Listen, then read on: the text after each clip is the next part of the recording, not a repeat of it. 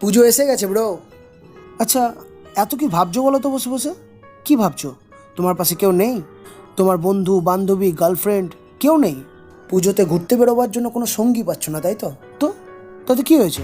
Just for this particular reason তুমি পুজোটাকে spoil করতে চাইছো? কেন এমনটা ভাবছো? এখনই মায়ের হাতটা ধরো আর এখনই বেরিয়ে পড়ো ঠাকুর দেখতে। তোমার মাই তো তোমার সবচেয়ে বড় বন্ধু। কি, তাই তো? তাই মায়ের হাত ধরে যেতে কি অসুবিধা?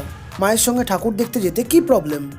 এখন হয়তো তুমি মনে মনে ভাবছো যে তোমার কাছে পর্যাপ্ত পরিমাণে টাকা পয়সা নেই, যে টাকা পয়সা দিয়ে তুমি কিছু খরচ করবে, কিছু কিনবে বা কিছু খাবে। এটা ভেবে ওভার থিঙ্কিং করার মতন কিচ্ছু হয়নি দোস্ত। পুজোয় ঘুরতে যাওয়ার জন্য কি সত্যি অনেক টাকার দরকার হয়? উত্তর হবে না। কারণ পুজোয় ঘুরতে যাওয়ার জন্য শুধুমাত্র টাকা পয়সাটাই সব নয়। সবার আগে যেটা দরকার সেটা হচ্ছে তোমার মনের ইচ্ছে, যে আমি ঠাকুর দেখতে যাব, আমি একটু ঘুরতে বেরোবো। এই ইচ্ছেটুকু থাকলেই তুমি অবশ্যই পারবে। আর শুধু তুমি নয়, সাথে তোমার মায়েরও ইচ্ছেটা কিছুটা পূরণ হয়ে যাবে।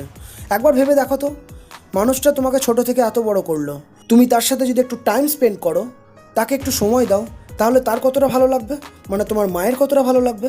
জাস্ট একবার ভেবে দেখো। বন্ধু বান্ধবদের সাথে আমরা সবসময় সময় দিই, বেড়াই, ঘুরি, এনজয় করি।